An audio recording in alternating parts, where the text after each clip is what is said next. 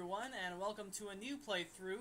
In case you couldn't tell by the description and by the intro there, this is going to be for the Pokemon Trading Card Game for Game Boy, aka TCG version as I like to call it. And definitely one of my favorite Pokemon games, especially outside the main series.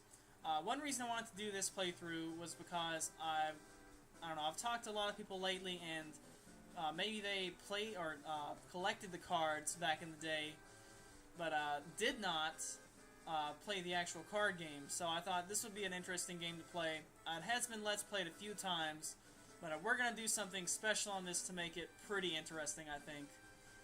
And hopefully it will be pretty enjoyable. So we're going to go ahead and get started because there is a practice duel that I have to get through in this video, as well as pick the starter deck, and that could easily take up the majority of 15 minutes. So while this music plays, although the music is honestly not that loud, I can't really make it too much louder without disturbing people, so yeah, we're just going to have to deal with soft music. For some reason the mic, despite being right next to the mic, to the speaker on the TV, which in case you couldn't tell, I'm playing on the Game Boy player with an actual cartridge and all that good stuff, because that's how I roll. For some reason the sound is still not picking up great. But anyway, okay, so as you can also see in the title of this video, this is Pokemon TCG version Hard Mode. So that's kind of code for Nuzlocke. And if you don't know what a Nuzlocke challenge is, I recommend you go to www.nuzlocke.com. That's with a Nuz is in Nuzleaf, and Lock is in Lock from FF6, I guess. Make sure you have the E on the end. And that's pretty much what originated this idea of a challenge. And if you are familiar with the Nuzlocke challenge, and you may have seen it done on Let's Plays or done it yourself, whatever, and you may be wondering, how does this thing apply to the card game? Assuming you know how to play the card game, of course. So pretty much there are two core rules of a Nuzlocke challenge, and those have to do with the limited amount of Pokemon you can use, and the fact that those Pokemon can die. Whereas when you're playing the game normally, you know, you can just go catch whatever you want, and if it faints, big deal, go to the Pokemon Center, you know, whatever. So I can't really directly apply those rules to this game because you don't catch Pokemon, you get booster packs. But what I'm going to do is read off these rules here that are kind of the best analog I could come up with without making this playthrough already brutally hard, which, by the way, I already had to delete one run of after the second match because I got completely destroyed and lost some key cards. So this is actually my second attempt at it. It's apparently going to be pretty wicked hard. But anyway, so first rule has to do with the way that you can only catch one Pokemon per route in a Nuzlocke challenge. So I am going to battle every trainer or duelist or whatever you want to call them, probably just call them trainers, in this game at least one time, and will beat them at least one time. For the most part, you don't have to do that to really beat the game, but I'm going to do it anyway, just because. And the addendum to that is that if I need more cards or whatever, I will be able to beat them a second time, get another set of booster packs. Because, you know, in a real Nuzlocke challenge, you can take that Rattata you caught on the first route and grind it up to level 100 if you really have to, and go beat the Elite Four with it. In this trading card game, you can't do that. Your cards are your cards. You're going to get screwed over by Lady Luck a lot more often. Potentially helped a lot more often as well, but especially with this lower, I don't know where I was going with that. But anyway, so we're only going to be able to get at most 4 booster packs from each person. So that's a pretty limited amount of Pokemon that we can get. We're going to have to make do with what we got, just like in a real Nuzlocke challenge, and hopefully that'll be more fun than it will be limiting. But anyway, on to the second part, which is the mortality of the Pokemon. Now, in the main game, you know, you have your Charizard and... What are you doing? Oh, it wanted me to do a Psychic. Anyway, so in the main game, you know, you have your Charizard and Big Whoop, I don't know why I said big whoop, but I did. So you have your Charizard, and if it faints, you know, okay, fine. You know, release it, and good to go. You know, pretty straightforward. In this game, however, you know, you have multiple copies of each card in your deck. And it's not just a Charizard, it's also a Charmeleon and a Charmander under it. So that can get kind of head-scratchy as to how you're going to handle that. So here's how it's going to be handled, at least for me. By all means, if you want to try this type of thing, you can change the rules, add some more, you know, whatever. But whenever a Pokemon gets knocked out, the basic Pokemon card and any higher stage up, that's right, higher stage up evolutions will be put on a dead to me list, and they cannot be used for the rest of the playthrough. So that's kind of the same as being released. Unfortunately, you can't really release cards, which is why I'm gonna have to just keep up with it on a list. Maybe I'll keep the list running in the description or something, and some sort of a RIP something or another. But anyway, that is how we will handle that. And as far as addressing the permanent death, because I can have multiple copies of the same card. Like, I can have, for instance, you know, only 4 Rattata in a deck, but, you know, once one Rattata dies, I still have the other ones. So, how we're going to address permanent death in this game, which is kind of a different concept from the real game, I guess, is if we only have one of a certain card left, like, for example, one Hitmonchan left, or one Lapras left, and it happens to faint, if at any time the basic Pokemon card reaches 0, then that Pokemon is hitherto considered to be dead permanently in the game and cannot be revived. So, what are you doing? Let me play the correct way. Whatever.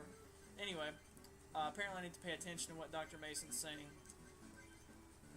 Anyway, there we go. Okay, so, yeah, if I lose the last copy of the card, it's going to be permanently dead, so that needs to definitely not happen. Because, especially if it's a really good card. If I lose the last copy I have of an evolution, that's not a big deal. I still have the basic form, and pretty much just the evolution cards are going to be like power-up cards. And if needed, I can get more of those later, or chance into them, and be able to evolve again after getting the correct cards. But the basic Pokemon cards are the primary things that we're going to be concerned with as far as them dying. So I think that pretty much covers it for the rules I'm going to use. Other rules you might consider using if you want to do a Nuzlocke challenge of this game are trainer cards. Like, after you play a trainer card, it's gone. That would be bloody hard, I think. This is already going to be pretty difficult as it is. But anyway, away we go. And I'm sure there are other rules too you can think up. As far as the nickname rule, that's kind of difficult because you can't really nickname the cards. But if you guys want to like come up with fan names for each Pokemon, like we could call this Starmie River or something like that. Not River Tam if A180's watching. Although Water Psychic, I guess that sort of makes sense. But anyway, so I guess we'll get back to the duel now. That pretty much covers all the Nuzlocke rules. It's definitely going to be a challenge, I think. As I mentioned, I've already had to restart once on the second duel because, oh man, I got uber screwed. I may pick a different club to start from, actually, as a result of that. But anyway, so getting back to this duel now, and so we're about, probably about 10 minutes in now with that intro. We're going to go ahead and potion to heal up Starmie, or Staryu. And hopefully we'll top deck Starmie next turn. Hint, hint. Go ahead and attach another energy, and we'll attack Machop for 20. As we expect to take 20 again from his counterattack. More fighting energy being played to Machop. Low kick, and time for the heart of the cards. Let's see if we can top deck Starmie. And we can, because someone named Dr. Mason rigged the deck. But, okay. That's going to give us some more HP. Won't really help on our offense too much, because Star Freeze does the same as Slap, despite costing 2 more energy. But it will give us a semi-useless chance at paralysis. This coin, by the way, is also rigged to be heads. And unfortunately, Starmie is one of the worst cards in this game. It's seriously not that great. But oh well, we're using it right now. And it is going to win us the game. So paralysis gets cured between turns, or after you've suffered its effect once, I guess you could say. And you can't attack or retreat while paralyzed, so it's pretty brutal. But this is pretty much over now, as Starmie's going to knock out the Chop, and then we're going to pick up the last prize. Not... Oh, please don't make me do that stuff again. Star Freeze for the game. Okay, cool. And we still have... We're at, what, about 12 minutes right now? Getting close, anyway. Okay, so we're going to be able to pick out our starter, and that's probably going to be it for this video. Get another water energy. So yeah, that's the 3 ways you can win in this game. Are pretty much the 3 things you see there. If you take your last prize, if you knock out the opponent's last in-play Pokemon, or if your opponent runs out of cards, can't draw a card at the start of their turn. If any of those things occur, then you win. So there are definitely ways or decks that specialize in each one, but the first 2 primarily are the main ones. Stall decks I probably am not going to want to play, just due to for LP reasons. Oh no, I don't want Charmander.